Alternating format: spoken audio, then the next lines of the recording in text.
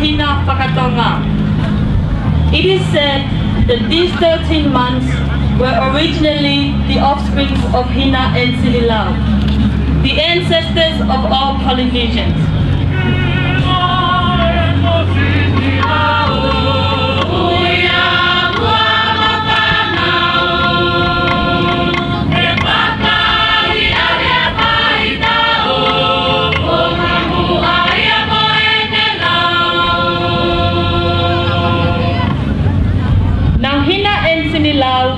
Will call their sons and daughters and advise them on their responsibilities. It was the responsibility of all Tongan parents to advise and lead their children on what they should do and how they should behave in the community.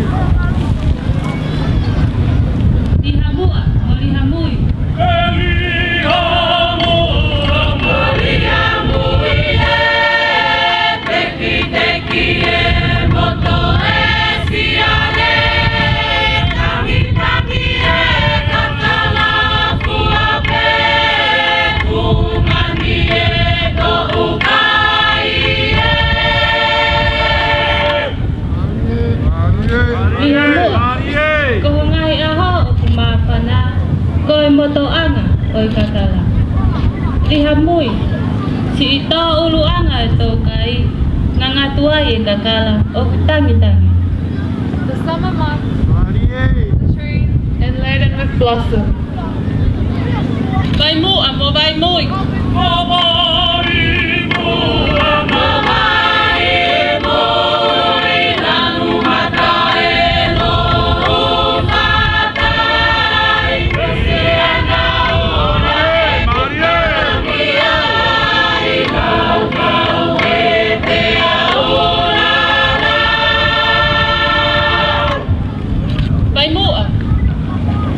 Fia anga oi faa, kua uha, kokoto maui ki tō kanga.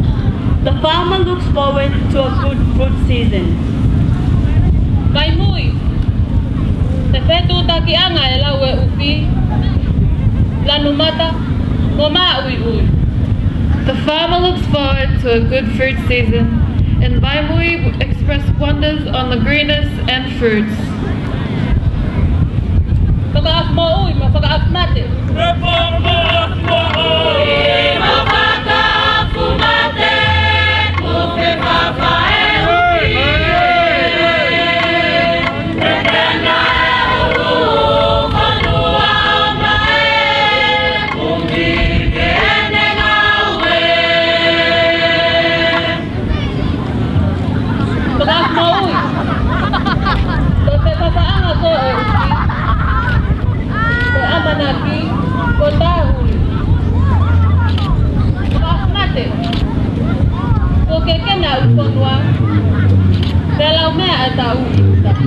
The people are ready to reap the harvest.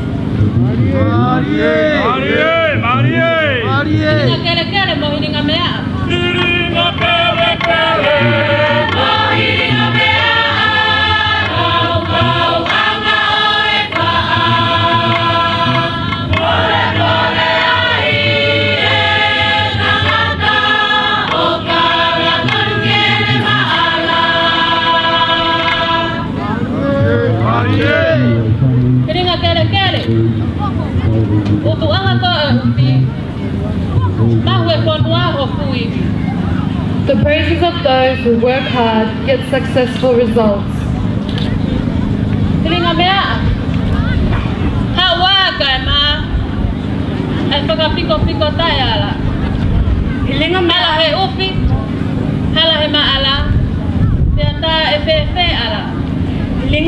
mocks those who hadn't done any work and therefore can't see any fruit of their labor.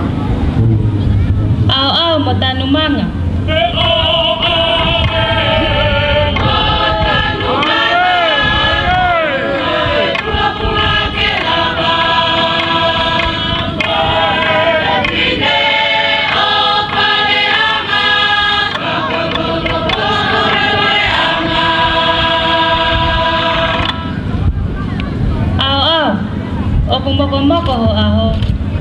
a whawhine e au pua tō.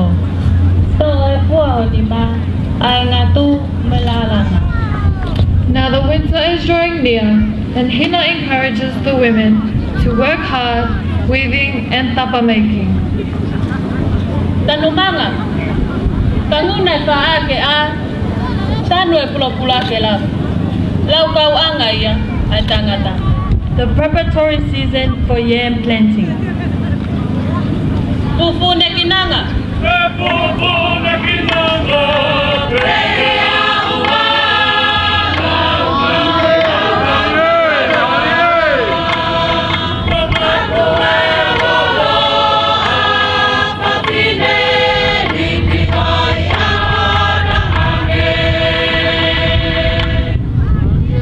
Cita huli anga ngai kakala, ko lava uta mo fale ranga.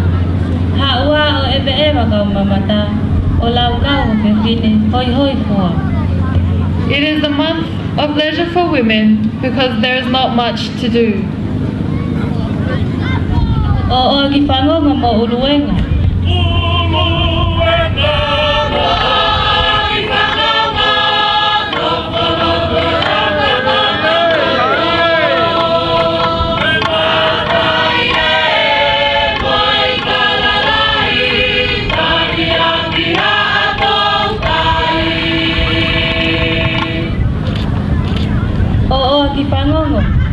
Si o kakala ko pakapoto-poto, kung ani aki e loto topono. Pakatuho-tuha ang ano ko, he kuota iya uta, magpunga loloto. Everyone should be very careful for food. Uluanga, katuutanga ko e paa, kapag iutang tawala. Kutahian ako sa kalato, kutauanga pe e kakato. Food from the land is more available and no longer scarce. Together with the food from the sea, they provide sufficient for everyone. Now all the representatives of the 13 Tongan months are on the stage.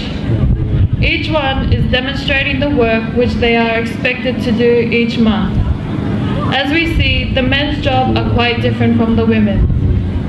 Men garden and fish, while women weave, make tapa, and perform other household duties.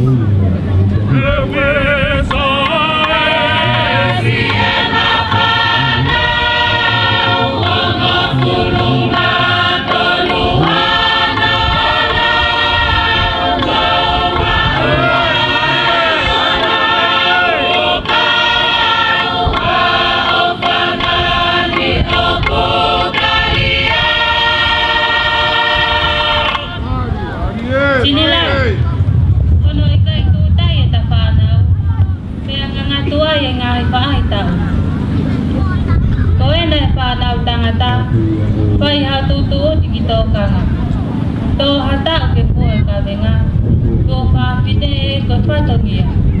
Na tutu potafana o vale yanga. Pe taute kita o minatula. Inai. Ko talai pale o atawa matu ape. Pale ye kau tangata. Kenau ilo honau ngapa. Leva ye kau fefine. Katongia ke tonga ane. Polo e fua ngowe. Inasi e tua fafine. Ukia fale hanga. Tokia anga e kau tangata. Awa. Ke feveito kai ake nopo. Ke tau fatunga motu aya. O melina. Hina and Lau speak of the seasons as their offspring and instruct each of them of their duties, lest they be punished by nature. Siek whanau, ko ki mautolo e pepine, ko e whatuanga e melina pulipe. Tau he mol malu i tua mo whale, telia e nofo he kupe hulu pipe. Toka e si polo mo e whakananibie, lalanga e whala, lote kakala puape. Tuko sio kita he ko mau anga, tau he kainga, upai he patogia. Hina instructs the women in their responsibilities in tapa making, weaving and making scented oils. She asked them to make them for the use of their brothers and relatives. Hina and Sini Lau will call their children's name, and each will speak of his own duty.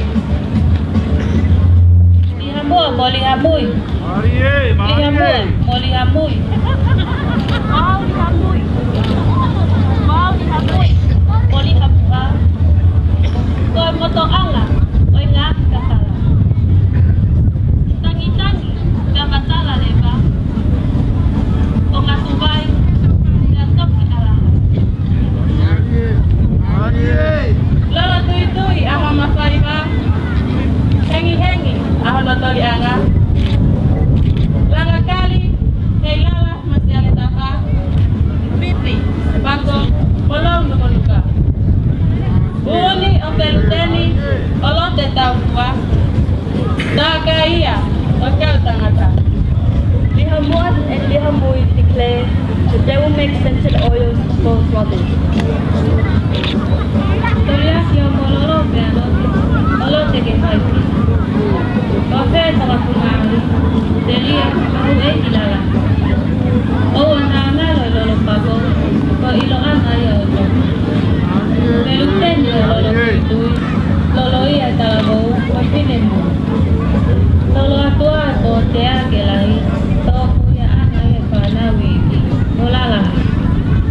Hina encourages them to work hard and make a large quantity so that all the members of the family can receive a share. Sini Lau will now call each month and ask how they're responsible for the year.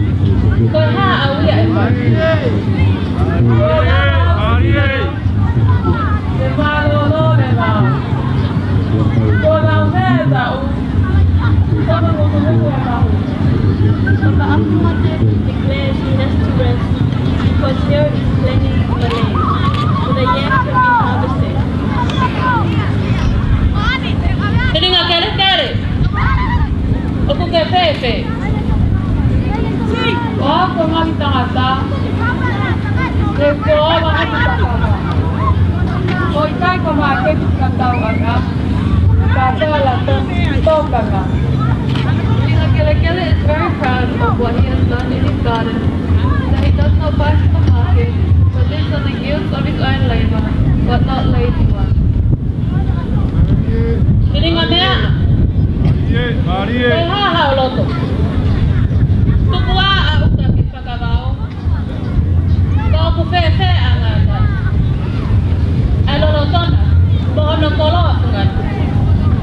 Lau ordered the men to fellow the land and to go to the sea to fish.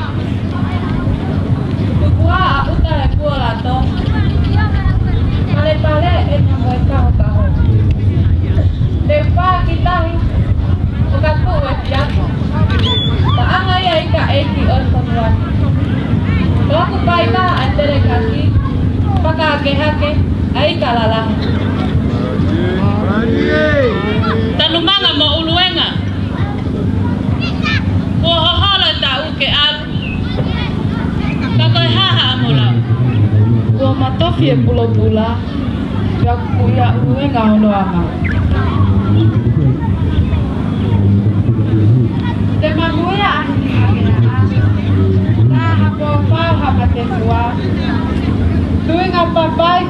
hola.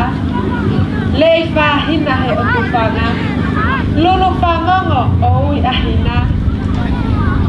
Faka-kakala o omiki uta. Ito ia angaya ikaw. Uluhenga and Tarumanga will accompany Hilingamea onto the sea. During these months, there is little to do in the plantation, and men go fishing. Hina, like Sinilau, will question her daughters about their respecting duties. Au, oko whala lagi o nima, mohotou angai whalehanga. Pepe momoko kuhau, si hoa hoi whanau. As winter approaches, Hina entrusts the hand of Au to her duty, supper making. Supper, as you know, is a Tongan blanket and is very warm during the cold weather.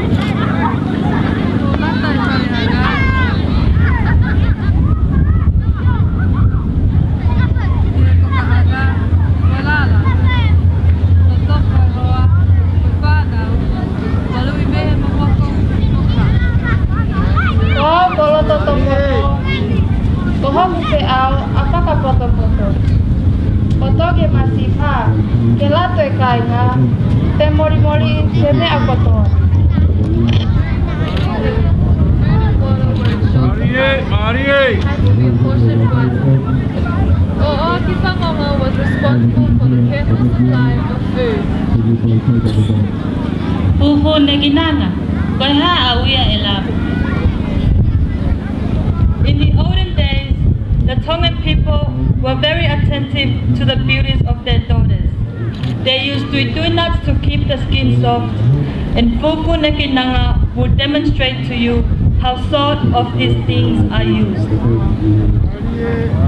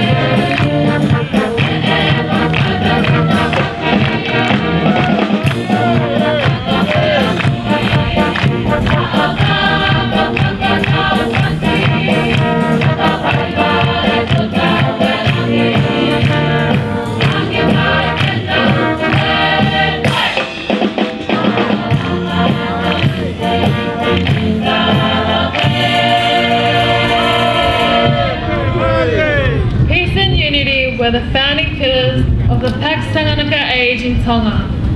Each individual had a particular role within the clan and family to care for each other. However, this was not to remain. With the passing of time and communication between islands grew, the phrase of harmony and stability saw its ending together with the close of the 13th century.